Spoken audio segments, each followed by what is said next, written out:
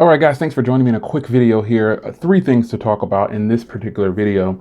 The first one is the Essentials phone. Now, the Essentials phone, it just got released. Information came out in the last 12 hours or so that who's going to get the exclusive for the phone is going to be Sprint. Now, I, I have mixed feelings about this. Now, we don't know if any other carriers are going to get the phone as well.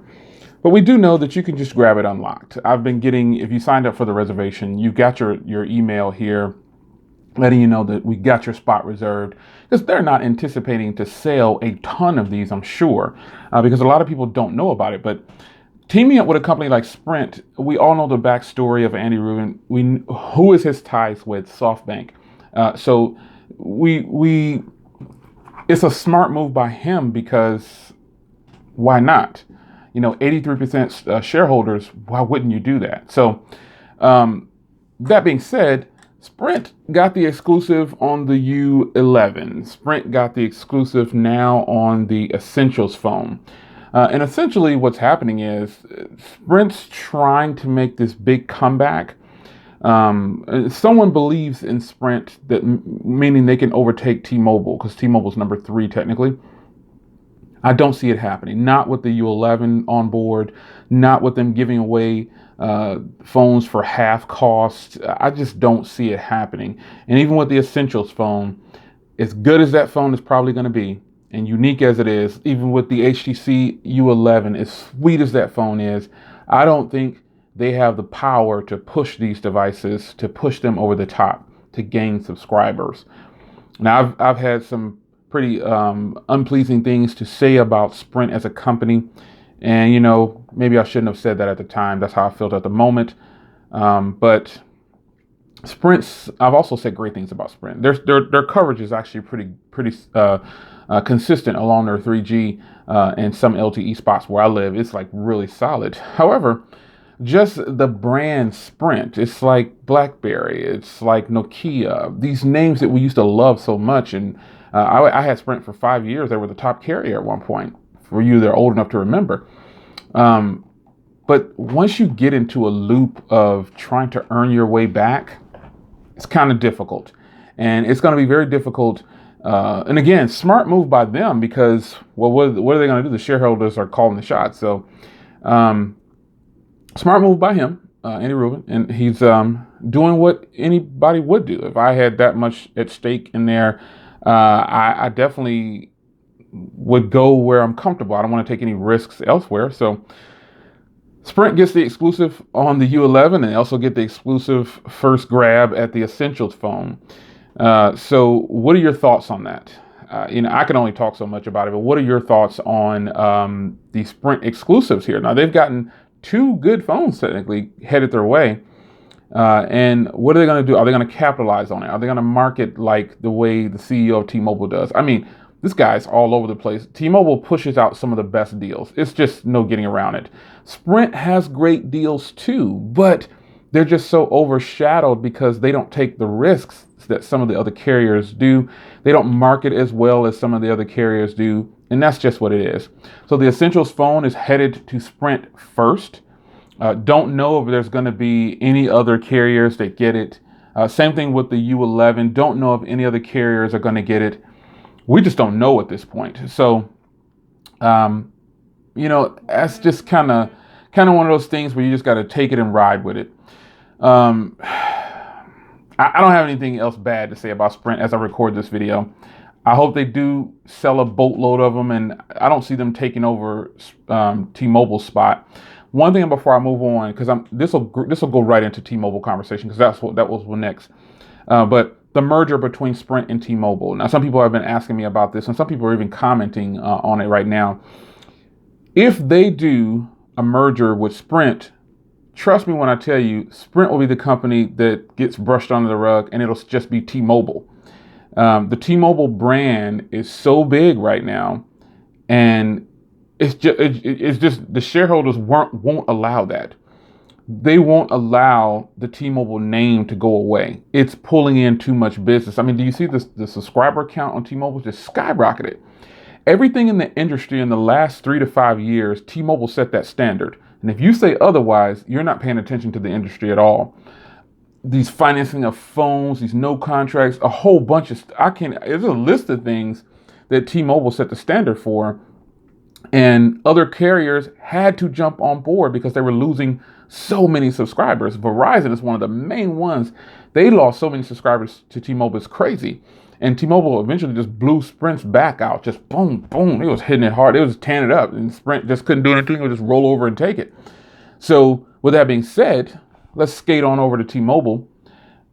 The iPad Pro 10.5 and 12.9, the new models will be officially available tomorrow, which is June 13th. Today is June 12th, 2017. They are officially going to be there. And you can grab yours. The pricing is pretty simple. I'll read you. For those that like to do like down payments and all that kind of stuff, I'll read you what it says here. Let me get back to that part of the payment section here. It's pretty pricey, just like it was when the iPad Pro line hit T-Mobile. This is specifically just for T-Mobile customers. So the Pro version, they're going to have the 64, the 256, and the 512. Obviously, the down payment is $59.99 for the 64, $159 for the 256, and $359 for the 512. Why they ask for so much up front, that's to balance out it being an equal payment of $30 over 12 months. For those that want to know that, I think you probably figured that out already. But now for the 12.9 iPad Pro, the newer model of that one, again, 64, 256, 512, but the down payments for those go up in a lot. It's $209, $309, and $509. So, they're lingering just $500 for, well, no, they're still lingering. Okay, yeah, no, I'm sorry. I was looking up at the 10. So basically, they don't want you to have more than $700 floating around in financing fees. And you can't blame them, you can't just give it away like that. So, the iPad Pro 10.5 is going to be great. I don't foresee it not selling. They brought out a 9.7 iPad, a newer version of it, and it sells for like $300. But Pro versions of the iPad, I just feel like are the best way to go if you can afford to do it. Now, the Wi-Fi versions of these are a lot more affordable. Let me go back into Apple's website here. Quick plug real quick. If you have a Moto G5 Plus, UAG just released their Outback series for the Moto G5 Plus. It is boss. I'm probably going to order it. Because I still have some like 30% codes or something that they sent me. They sent me some promo stuff and I didn't use it. But yes, that UAG case is sweet. So the Wi-Fi versions of the iPad Pro are reasonably priced. And most people stay on Wi-Fi. Pretty much, or you're tethered to a smartphone, something. You have some, you don't have a reason to be elsewhere. So $649, $749, and $949 are the prices on the 10 for the iPad and the 10.5. And let me check the Pro version. The 12 version, 12.9. Giving you these prices right so you can see what I'm talking about. How let's change this here. 12.9. So $7.99, $8.99, and $10.99. I'm sorry, for the Wi-Fi version. So, hey, it's whether you want to accept it or not. Those are solid products, and some great things about these products are they took the cameras on the 9.7 Pro that I have right now. They took the cameras from the iPhone 7 or iPhone 6s and put it in there. This time they took the cameras from the iPhone 7 and 7 Plus and put them into this new iPad. So I cannot wait to test those. I just can't wait to test them out. I should be able to shoot video with them, and it should just be fantastic. So, and the body of, now some people also spoke about the size of the iPad Pro 10.5. Some people thought that they squeezed it into the same body as the 9.7. No, it's a little bit bigger.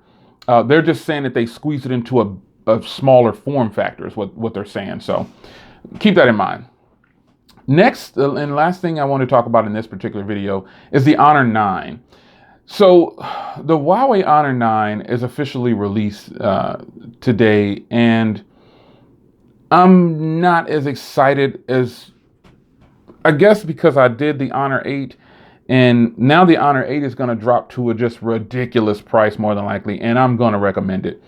Basically, what you're getting is the Kirin 960. That's pretty much what I can see that's different. And they actually made the screen just a tad bit smaller. It's 5.1.5, and the Honor 8 was 5.2. But other than that, you're getting an upgraded GPU. You're getting the Kirin 960, and I was really hoping they would do something like bring out a newer version.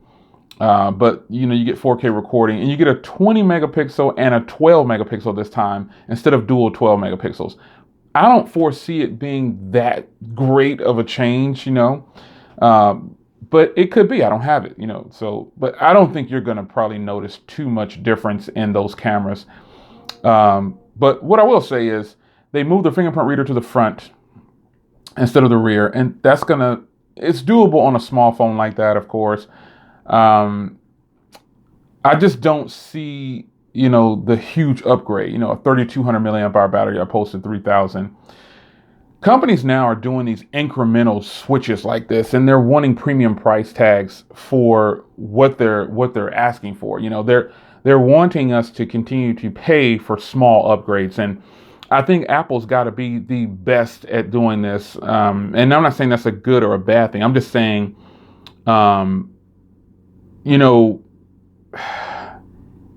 they give that to people and they continue to buy it. Nonetheless, those are a few things I want to talk about. The Honor 9, it looks sweet. It looks just like the Honor 8, to be honest. They just kind of did these small changes. And I know they're going to want probably the same price, if not more. According to the exchange rate, they cost more, unless I looked at that wrong. I might have, I don't know. But I don't know how you feel about the Honor 9, but I don't foresee myself running out to buy it, Phone call. So I got to take that one. So anyway, it's your man Jay Will. Quick video for you. What do you think about the topics at hand? An extra bonus video, breaking news on Mondays. So I'll see you guys in the next video. I really got to take that call.